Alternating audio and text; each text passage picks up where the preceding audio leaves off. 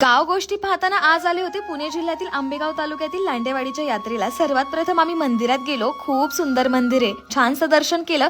यात्रेत जरा फिरलो, ही म्हातारीची केस खाल्ली। बरं अंगठे वगैरे पण होते या यात्रेत, गॉगल्स, कॅप्स, कुल्फी हे सर्व होतं। 10 रुपयांची गाडी नसेल तर काय मज्जा यात्रेला।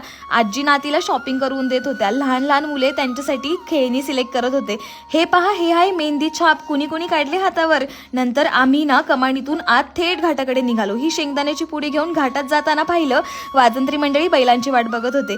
या यात्रेत काकडी पण होती। बरं घाटात गेल्यावर ही घोड्यांची एंट्री तर पहा। लांडेवाडीच्या यात्रेत जाम गर्दी होती आणि लोकांना बसण्यासाठी दोन्ही बाजूंना ऊन न लागावं म्हणून मंडप होता। बरं घाटात स्टेजच्या मागचं वातावरण तर पहा।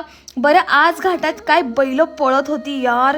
12 सेकंडमध्ये बारी बसू किंवा न बसू तरी सुद्धा बैल काय स्पीडने पळत होती यार। किती कौतुक करावं, बैलांचं कमीच आहे। या घाटात ना मला असं जाणवलं की गाडा मालक त्यांच्या बैलांना जेवढा जीव लावतात ना, म्हणून बैल एवढं जीव तोडून घाटात मोठ्या स्पीडने पळतात।